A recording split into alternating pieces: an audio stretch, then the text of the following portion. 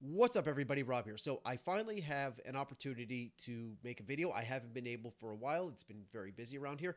But anyway, I'm going to be taking a look at the new trailer for the next installment of the Total War series. This is Total War Pharaoh.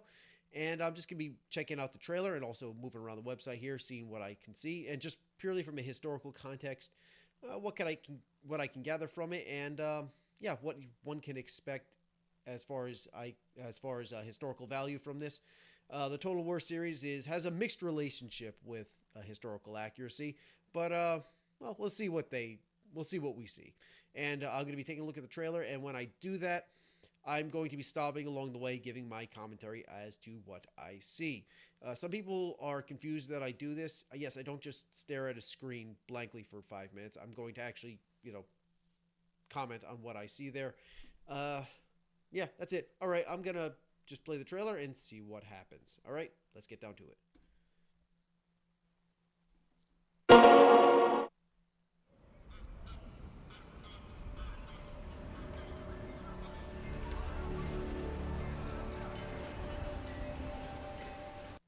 Okay, first thing I see here is the Giza Plateau, and that's where the Great Pyramids are, obviously. And you got the Nile River flowing right through there. That's very accurate. And yes, this was a very busy metropolitan area.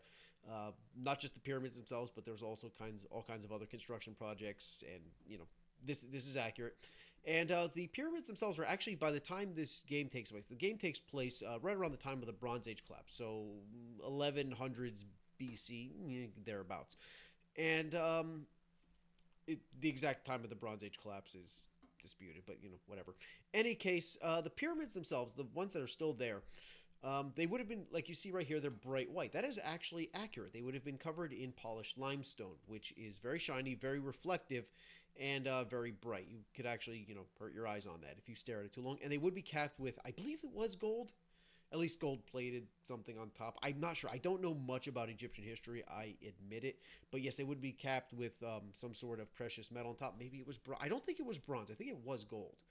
In any event, though, the fact that they are bright white like this and it was smoothly polished, it wasn't like the step pattern that you see today with the blocks. No, it would have been perfectly smooth. That's completely accurate. And you see all this vegetation around here. The Nile Delta is actually very fertile.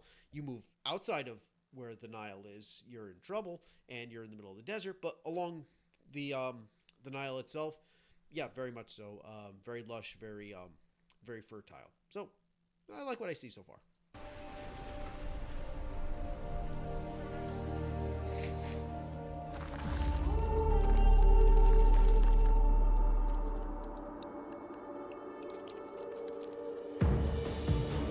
Okay, so dung beetles, scarabs like this are very common in Egyptian mythology, within ancient Egyptian culture. It symbolized rebirth, as well as the when the beetle pushes the ball of dung, it represents, I believe it was Ra pushing the sun across the sky, something of that nature. I'm not sure. Again, I'm not my the mythology is not really my thing. I'm more of the military aspect of this stuff, but yeah, it's a very common motif. You see scarabs and beetles like this all the time in Egyptian iconography. So this is obviously some symbolic significance.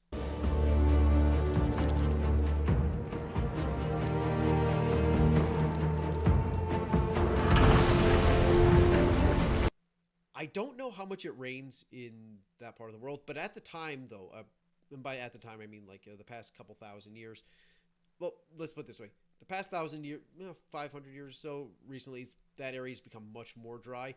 From really the Middle Ages back, it was actually a lot more lush and a lot more, verdant than it is today.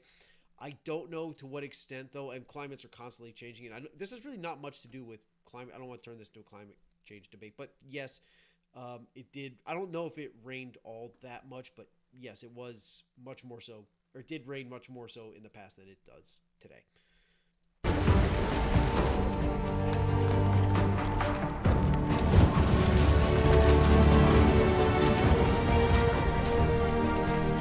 Okay, first off, I really admire the Beatles' perseverance. It really reminds me of Leg Day. Yeah. But anyway, see here. This is looks like a. Let me. Oh yeah. Let me clear this. Oh, good. You can X that out. Good. Yeah, this is a curved, the sickle sword, the kopesh, which is very common in Egypt. They also had straight swords as well, but it's this the sickle sword. It's very good for hacking. This would be made of bronze, obviously, and the ridges along its right along the edge here that would actually strengthen the blade. Would be made of bronze, of course. This is, of course, the Bronze Age. And you see a helmet here. I don't know if we'll get a clear... Let me see if I can get a clearer look at it. Oh, yeah. Horned helmet. Now, we say in most historical circles that horns on helmets weren't a thing. They actually were a thing during the Bronze Age, and this was something usually used by the sea peoples and people really more in the Mediterranean basin. The Egyptians really didn't use them with horns on horned helmets like this. But yeah, this actually is accurate. There's iconography and depictions of warriors with horned helmets, and they're actually from all over the place. Mycenaean Greece. I don't know if the Hittites did, but possibly did. But there's examples from Sardinia, examples from Sicily of warriors with horned helmets in some capacity. So yes, it's not practical. I mean, it's a good lever. You can grab it. You're in a fight with somebody. You can grab it and yank it sideways. It channels the blow right onto your head rather than glancing off. But it does have a cool factor to it. And yeah, so that actually is true. So yeah, there you go.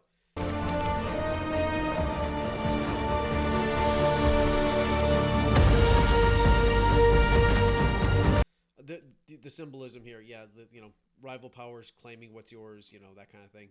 Perseverance in the face of all odds, yeah.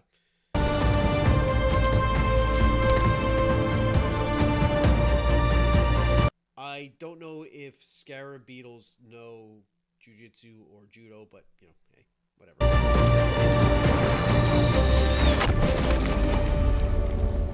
That was just rude.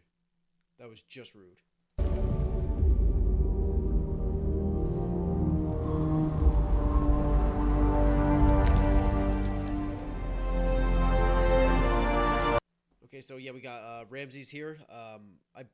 The main character that you play at, like the basic character that you play as, is Ramses II. Here he is here. You saw let me see if I can get back here to the where was he? Ah, yeah, here we go.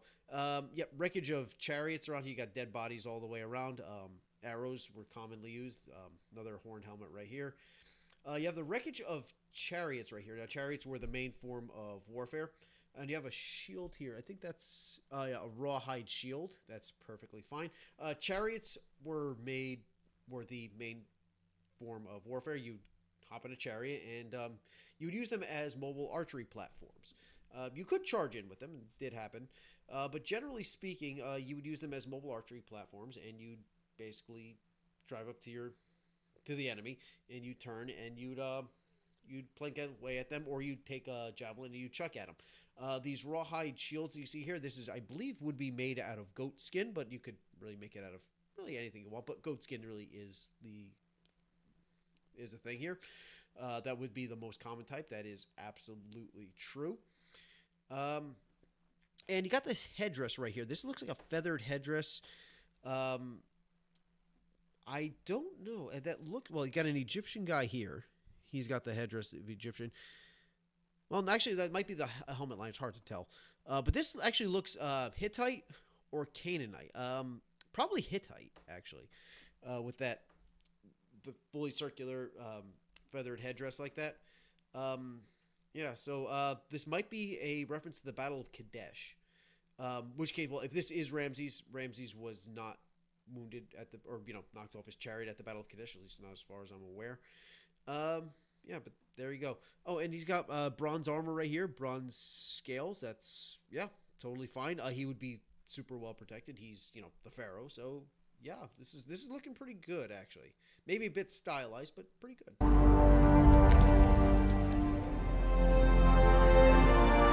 Yeah, and you have his headdress right here and this collar around him. It's got precious stones cut into place, or semi-precious stones cut into place and used for decoration.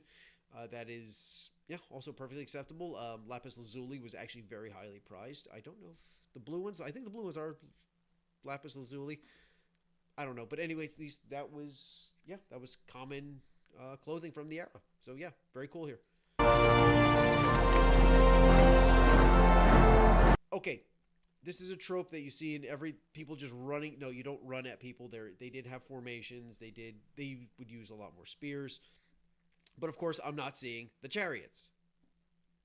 You know, chariots are the mainstay of this era of warfare, and you would have chariots, and I'm not seeing them being used here unless the chariots had already been expended, and they're all destroyed. So then, okay, fine, they don't have any left. So okay, send in the infantry. But then again, you would have some sort of formation. You wouldn't just run. You'd be exhausted by the time you got to where you have to go.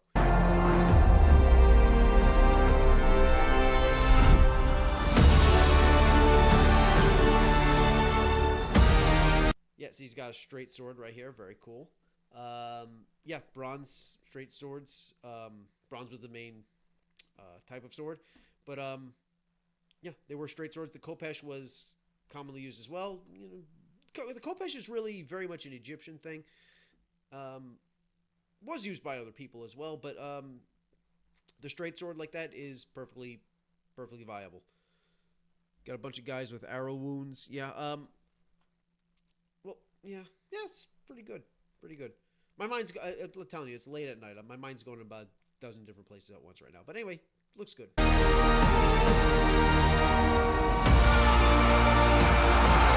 No, see, and again, everybody's got to run at them. No, you would send your chariots in and you'd try to stay in formation. You wouldn't just run at them like that. Also, wait, you're on a hilltop.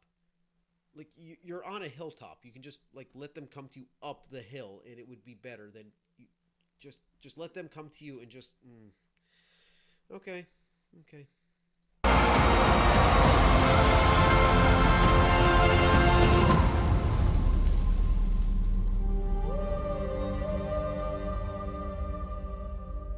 Cool. All right, so that's the trailer. So, some things I like, some things I kind of hesitant about. Like, I have my reservations about, but it looks pretty cool. And I actually love this time period that they're talking about here. It's just an absolutely wild time to read about, with all the crazy stuff going on, the Bronze Age collapse, and this nation's falling apart, and that nation's being invaded, and there's huge epic battles going on, and the Bronze Age is a fascinating time period. So I'm just gonna be just going around here to see what happened, what we got here. Old Pharaoh is dead, and Egypt is calling out for a new leader. In the newest century of the Torah franchise, uncover a breathtaking, vibrant recreation of ancient Egypt during the last golden age experience dramatic events that threaten its destruction. Can you rise above adversaries, become Egyptian's last great pharaoh, and stand against the collapse of an iconic civilization? So, like I said, this is the Bronze Age collapse, and you're going to be playing as Ramsey. I believe this is Seti. That was the guy, the pharaoh beforehand. Can you threaten its destruction? Yeah, you have a bunch of factors that led to the Bronze Age collapse. It could be anything from climate issues. Well, actually, all these things happen at once. You have climate issues, economic problems, famine, and of course the invasion of the Sea Peoples. And during the entirety of the Bronze Age collapse, every major power in the Mediterranean, in the Eastern Mediterranean, collapsed. There was nothing left except for Egypt. Now, Egypt was very badly weakened by this point and by these events, and was never able to regain its former glory. But it managed to survive. So that's the premise here. Can you survive what they're going to throw at you? So, yeah, there you go. And, yeah, very vibrant colors here. Like it a lot. Got the crown of Egypt, the cobra on the crown right there. That is a symbol of Egyptian kingship. So that's cool right there. You got Horus and Anubis right there. Oh, yeah, like I said, these bright colors on all the statues, yes, they would be painted. Ancient statues would be painted. The reason why we don't see paint nowadays, or why they're bare stone, is because the paint fell off after thousands of years. This is true for Egyptian statues. It's true for Greek statues, Roman statues, Hittite, Canaanite. Like, everybody, if you made statues, you painted them. So, yeah, you got Ra here. You got Anubis over there. I don't know who the guy in the middle is, but, yeah, there you go. Okay. Dynamic battles, fierce warrior, or brilliant tactician. Okay. Epic real-time battles. That's pretty typical for the Total War era. I got guys here. Got it. Oh, here's something. You got the scene playing in the back right there. Very stylized. We got people running. You see, yeah, and he's got the spear and he's lifting the guy up. The guy who's you stab a guy and he starts like lifting you up with the spear. Just let go. You can just let go. Yeah, like it just yeah, it just I don't get it. Um, Anyway, be prepared for intense changes in weather that directly impact your chances of survival on the battlefield, and utilize the threat of fire, which can engulf armies and spread destruction throughout forests and settlements. Yeah, fire. Most of the remains of Bronze Age settlements that we have found do have that do have a lot of fire damage. So yeah, that's makes sense. Um, oh, we got the shields. Is there some way to pause this? That's just a trailer. I mean, it's hard to see, but yeah, you have the round top with the flat bottom, oblong shields. That's completely historically accurate. You also saw a figure eight shield. Yeah, that there, right there, figure eight shield. Um, Kind of going wild with the swings. You don't really need like a swing. You just need a little, yeah, yeah, kind of over exaggerating there. You got the bone helmet with the that's fine too. Boar not bone, but boar tusk helmet. Yeah, right there, and with the horn on it with the crest. Yep, that's perfectly reasonable. Yeah, very nice. Let's see. Prove you have what it takes to become the greatest pharaoh in history and forge an empire for the ages. Ramses II was one of the great pharaohs of all time. He actually lasted longer than probably any other ruler in history, potentially. So, yeah, all these architectural wonders he created, and he won, according to him, he won the Battle of Kadesh. So, yeah. Um, yeah. So yeah, he really was an all-time great. Used grand strategy to conquer and defend the rich lands of Egypt, Canaan, and Anatolia. Manage ever-evolving economy, boost your political standing, and developmental strategy that helps counter looming threat of the Bronze Age collapse. Yeah, a fascinating time to read about, and yeah, and to learn about. All right, so we got here the Paragon. This is the commanders. They've only released one so far. This is Ramses. The last great monarch of Egypt's new kingdom, Ramses is regarded as a true warrior pharaoh whose daring military strategies are matched only by his heroic resolve. Yeah, the Battle of Kadesh. It used to be the only the first battle that we were able to recreate, but there's actually recent scholarship has found the Battle of Megiddo, which is a little bit older than that we can actually recreate as well. But still, Battle of Kadesh, one of the great battles in history. Anyway, fueled by desire to surpass the achievements of his namesake, Ramses II the Great, he leads with speed, intuition. Oh wait, so this is a different Ramses. Wait, hold on. Maybe this might be Ramses the Third. Yeah, no, Ramses the Second actually was around during the Bronze Age collapse, and actually at Kadesh, there were numerous sea peoples in his army. Now, they were pressed into service either as mercenaries or he captured them as prisoners earlier on and pressed them into service that way. So this is a different types of Ramses, I guess. Interesting. Anyway, he leads with speed and intuition, give his armies well-honed leaders the upper hand, playing against numerically superior opponents. He strongly believes destiny calls him to make... Okay, yeah, sure, he's got to hold back the tide of the sea peoples and the general collapse. Quick progress, flexible and plentiful resources, ideal for new players. This is basically like the main faction. Kind of like I'm going back to Rome, Total War. Here, it's like the first one I played. This is like playing as one of the Roman factions, like the Julii or the Brutii. Anyway, the unit style: elite and adaptable, strong medium infantry and archers, charging chariots. Losses are additionally damaging. I don't know what losses are additional. Not sure what that means, but anyway, elite and adaptable. Yeah, they had a core of the elite charioteers, strong medium infantry and archers. Sure, sure, yeah, fine. Charging chariots. Yeah, they could charge in. They often, like I said, were used primarily as a mobile archery platform. That was their main thing, and that's yeah, it's what is their main thing. And the infantry was actually designed as a mobile fortress. So what you do is you would use the infantry to, basically as a screen. You would send out your chariots, and then if they got pressed too hard, they can duck back behind the infantry, who would shield them till they can regroup and then go out and try again. So there you go. Let me just see. I think there was an FAQ thing. Just want to go over that real quick. News. Yeah, here we go. Oh, here we go. I'm not going to be going through all this, just the historical stuff. Bronze Age collapse. Battles turns memory. Okay, 8 playable factions from 3 diverse cultures. The Egyptians, which are Ramses, Seti, Taruset, and Amenese, however you pronounce it. All right, the Canaanites, the Bay and the Irsu, and the Hittites, the Kurunta,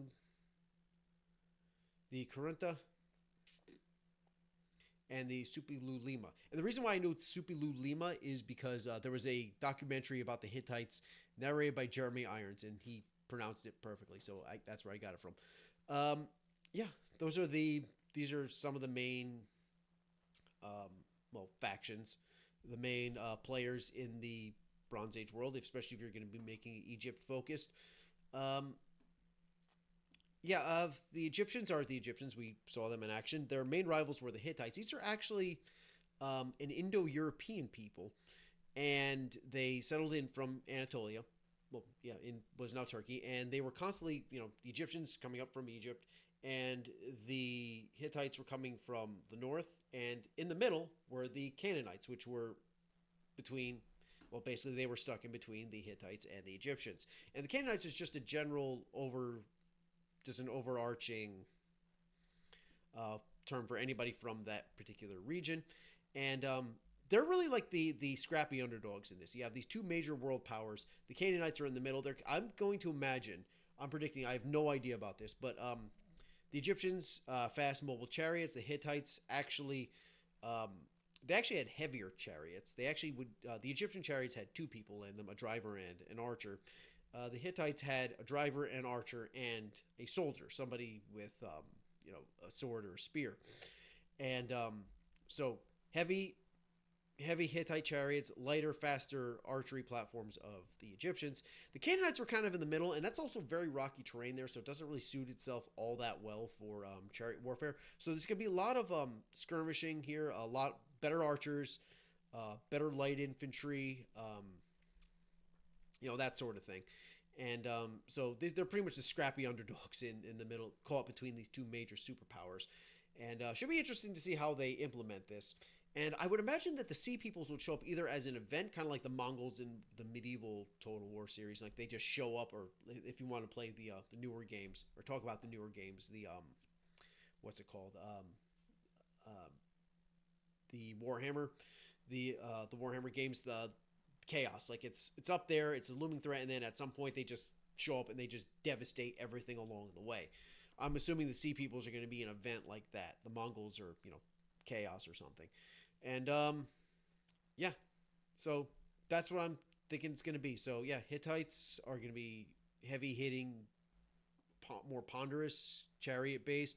Egyptians are faster moving, lighter, um, pretty good all around faction. And the Canaanites are going to be a much more skirmisher based, less dependent on chariots, more on infantry and archers. So yeah, I could be completely off base, but yeah, that's just my thoughts on this. Any case, I've rambled long enough. It's almost midnight here, so I'm pretty exhausted. So I'm gonna wrap it up there. Any case, it looks pretty good. I haven't played video games very much at all recently. I've been very, very busy. I might actually get this though. It looks pretty good. We'll see. I doubt it. I'm a cheap bastard. I don't feel like buying it. But in any event, yeah, that's pretty much it. So, yeah, it looks pretty good. Looks interesting. Let's put it that way. So, yeah, that's it.